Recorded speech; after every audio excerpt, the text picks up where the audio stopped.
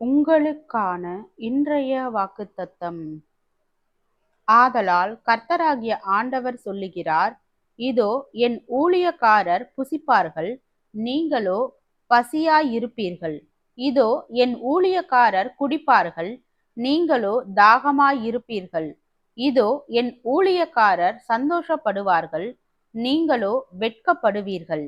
இதோ என் ஊழியக்காரர் மன மகிழ்ச்சியினாலே கெம்பீரிப்பார்கள், நீங்களோ மன நோவினாலே அலறி ஆவியின் முறிவினாலே புலம்புவீர்கள். நான் தெரிந்து கொண்டவர்களுக்கு நீங்கள் உங்கள் நாமத்தை சாப வார்த்தையாக பின்வைத்து போவீர்கள். கர்த்தராகிய ஆண்டவர் உன்னை கொன்று போட்டு தம்முடைய ஊழியக்காரருக்கு வேறே நாமத்தை தரிப்பார். அதனாலே பூமியிலே தன்னை ஆசீர்வதிக்கிறவன் சத்திய தேவனுக்குள் தன்னை ஆசீர்வதிப்பான். பூமியிலே ஆணையிடுகிறவன் சத்திய தேவன் பேரில் ஆணையிடுவான். முந்தின இடுக்கண்கள் மறக்கப்பட்டு அவைகள் என் கண்களுக்கு மறைந்து போயின. இதோ நான் புதிய வானத்தையும் புதிய பூமியையும் சிருஷ்டிக்கிறேன்.